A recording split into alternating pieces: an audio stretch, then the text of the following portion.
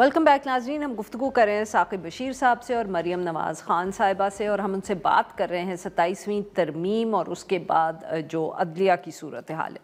مریم صاحبہ، تو پھر ثاقب صاحب کی باتوں سے مجھے سمجھ آیا کہ پہلا تو سب کی پہلے نظریں اسلام آباد ہائی کورٹ اور ان کے ججز پہ ہوں گی. کانسٹیٹیوشنل کورٹ جو بن رہا ہے، یا جو اطہر من اللہ صاحب یا منصور علی شاہ کی طرف سے خط آیا ہے، کیا آپ کو لگتا ہے کہ چیف جسٹس صاحب پہ کوئی دباؤ پڑے گا اس کا؟ کیونکہ خطوط خیر انہوں نے پہلے بھی لکھے، ریکویسٹ پہلے بھی کی، بلکہ اب تو ہمارے پاس تفصیل بھی آ گئی ان میٹنگز کی. یا وہ خاموشی سے چلتا رہے گا یہ معاملہ؟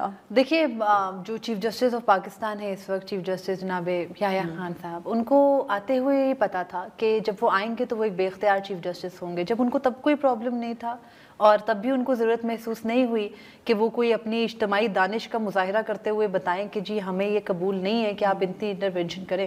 انہیں کیا فرق پڑے گا کہ ان سے اوپر بھی ایک کورٹ بنا دی جائے اور ان کو سب آرڈینیٹ بنا دیا جائے. ان کو ایک عہدہ چاہیے تھا، وہ ایک عہدے پر جو ہے وہ برقرار رہیں گے. میرا نہیں خیال، ویسے تو جسٹس اطہر من اللہ کا جو خط ہے وہ جھنجھوڑنے کو کافی ہے. اور پھر جسٹس منصور علی شاہ نے بھی ان کو لکھا. پھر صرف انہوں نے ہی نہیں لکھا، آپ نے اگر آپ کی نظر سے گزرے ہوں، لا کلرکس ہیں سپریم کورٹ کے، ان ینگ لائرز نے جو لکھا اور انہوں نے کہا کہ آپ کے اوپر ہے کہ آپ عدلیہ کے سامنے جو ہے وہ باقاعدہ دیوار بن کر کھڑے ہوں گے اس کے اندر مداخلت کے لیے، یا پھر آپ عدلیہ کو جو ہے وہ ہمیشہ کے لیے ختم کرنے والا اپنا جو ہے وہ تاریخ میں نام لکھوائیں گے. ان کو اس بات سے بھی فرق نہیں پڑتا. پھر فیصل صدیقی صاحب نے جو ہے وہ خط لکھا، اس کی تائید کی کافی سابق ججز نے اور سینئر لائرز نے. اس میں انہوں نے فل کورٹ میٹنگ بلانے کو کہا. جسٹس اطہر من اللہ نے کنونشن بلانے کو کہا. جسٹس منصور علی شاہ کا بھی یہی مطالبہ تھا. لیکن یہ سارے مطالبات پہلے بھی کیے گئے. اور جو وہ بات تھی جو آپ نے مجھ سے پہلے پوچھا کہ بہت سارے لوگ کہتے ہیں ججز نہیں بولتے، ہمیں ہمیشہ یہ نظر آتا ہے کہ یا جسٹس منصور علی شاہ لکھ رہے ہیں یا جسٹس اطہر من اللہ لکھ رہے ہیں، باقی تمام ججز خاموش ہیں، یا شاید وہ انتظار کر رہے ہیں کہ جب ان کو پروموٹ نہیں کیا جائے گا تو وہ اسی سٹیٹس کو کے ساتھ کام کرتے رہیں گے. تو سپریم کورٹ عملی طور پر ختم ہونے جا رہی ہے. کل ہوگی، پرسوں نوٹیفائی ہو جائے گا. اس کے بعد سپریم کورٹ تو ایگزسٹ نہیں کرے گی. کورٹ تو وہی ہوگی جہاں سے باقاعدہ آئینی تشریحات ہونی ہے.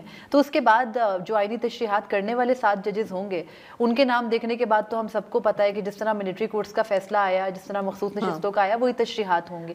کہانی ختم ہے. ثاقب صاحب، اب کون سے ایسے میجر کیسز ہیں جو آئینی عدالت کے پاس جانے ہیں؟ بیکاز دیکھیں، پہلے تو وہ ریزروڈ سیٹس کا کچھ ایشو تھا، یہ تھا کہ وہ کیا کہتے ہیں، یہ الیکشن ٹریبیونلز کے معاملات تھے. اب بھی کوئی ایسا ایشو ہے جو کانسٹیٹیوشنل کورٹ نے سننا ہے یا دیکھنا ہے؟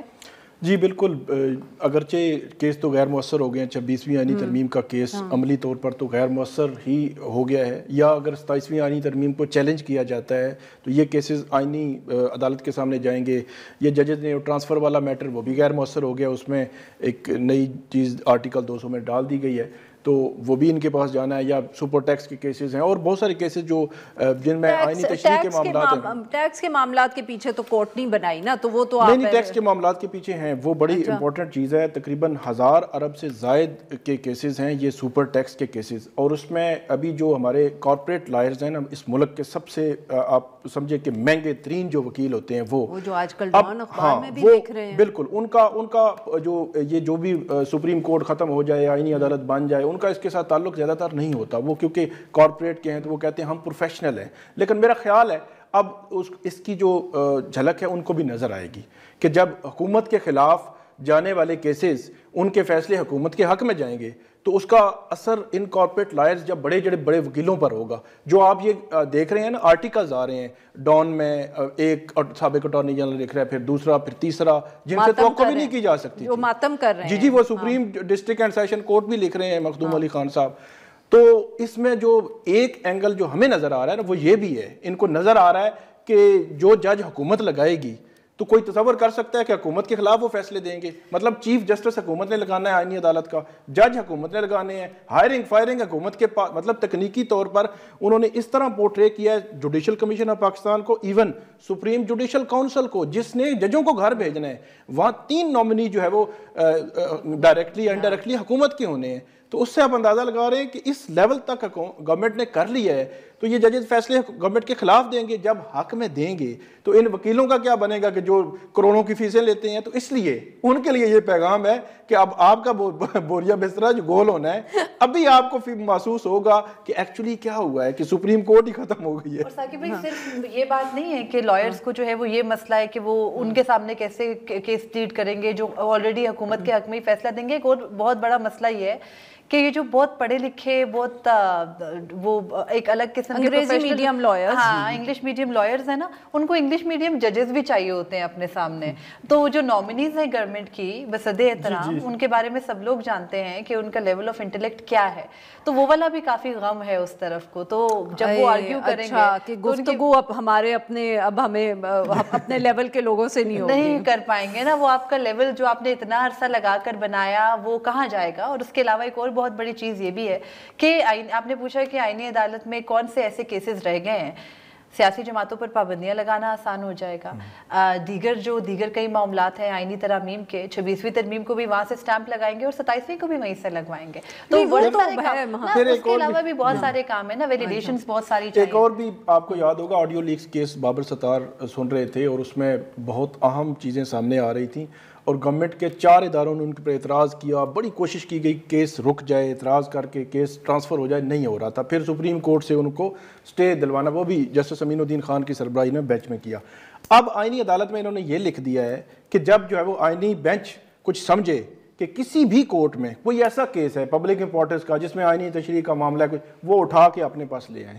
تو اس لیے کوئی بھی جسٹس بابر ستار جو ہے ملک میں اگر غلطی سے اب وہ کوئی کیس چل بھی پڑا اور گورنمنٹ اس میں فیل کرے کہ کچھ ہو, تو وہ پھر خیر سے آئینی عدالت میں آ جایا کرے گا وہاں سے نکل کر. جن چیزوں کو ججز اتنے عرصے سے بتا رہے تھے نا کہ یہ ہمارے ڈیکورم کے خلاف ہے, یہ رولز کے خلاف ہے, یہ عدلیہ کے, وہ اس کو انہوں نے آئینی کور, اس کو بھی آئینی کور دے دیا. حالانکہ ایسا ممکن ہی نہیں ہے کہ ایگزیکٹلی. اور جو امیونٹی جو ہے وہ صدر اور دیگر جو ہے وہ افراد کو کیسز سے دی گئی ہے نا, ایک اس میں لکھ دیا, نہ لکھتے تو بھی کوئی مسئلہ نہیں تھا, ان کے خلاف یہاں پہ کچھ ہونا نہیں تھا, تو وہ باقیوں کو امیونٹی کورٹس کے ذریعے دے دی ہے. تو اب ہم ہنسیں گے ہی جیسے آپ ہنس رہی ہیں اس پہ. سر جاتے جاتے وقت ذرا کم ہے. آپ کو یاد ہوگا جب آپ پچھلی دفعہ غالباً آئے تھے تو ہم ڈسکس کر رہے تھے کہ وہ بار کے الیکشنز ہوئے ہیں, ریزلٹس رکے ہوئے ہیں, وہ ان کا کیا بنا؟ ابھی جو ہے 1-2 دنوں میں میرے خیال میں ریزلٹس جو ہے وہ آ جائیں گے. وہ ان کا جو بار ریزلٹ ٹمبکٹو سے چلے ہوئے ہیں کہ وہ ابھی تک نہیں پہنچے. وہ بتایا یہ جاتا ہے کہ بار کاؤنسلز کے الیکشنز کے پہلے بھی ریزلٹس جو ہے وہ تقریباً تاخیر سے آتے ہیں. ان میں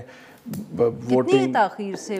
میں سر جی آپ ٹھیک, ہمارا بھی سوال یہ ہے کہ اگر ملک بھر کے اگر جنرل الیکشن ہوتے ہیں 1 یا 2 دنوں میں اس کے ریزلٹس آ جاتے ہیں تو 2 ہفتے ہو گئے, ان کے نتائج کہاں پہ ٹھہر گئے. مطلب عمومی طور پر 4 سے 5 دن میں ریزلٹس آ جاتے ہیں. اتنا لمبا التوا ویسے ہم ہو سکتا ہے 27ویں آئینی ترمیم کا گزٹ نوٹیفیکیشن جو ہے وہ نکلنے کا انتظار کیا جا رہا ہو, یہ بھی تو ہو سکتا ہے. اس کی کیا وجہ ہے سر جلدی سے؟ نہیں, وجہ سمپل سی وجہ یہ بھی ہے نا کہ اگرچہ ان کی میجورٹی ہمیں اس لیول کی نظر نہیں آتی حامد خان گروپ کی, لیکن پھر بھی اگر میجورٹی ہو جائے کہ وکلا تحریک جو ہے وہ ہمیشہ جس دن سپریم کورٹ بار ایسوسی ایشن یا پاکستان بار کونسل میں ان وکلا کی اکثریت ہوگی جو ان ترامیم کے خلاف ہیں, تب وکلا تحریک شروع ہوگی. اب وہ کب آتی ہے یہ انتظار کرنا پڑے گا. بہت بہت شکریہ ہمارے 2 مہمانوں کا, انہوں نے مات نکالا. ناظرین یہاں پہ لیتے ہیں ایک چھوٹی سی بریک, اور جب ہم بریک سے واپس آئیں گے تو ہم بات کریں گے سیکیورٹی سچویشن کے حوالے سے.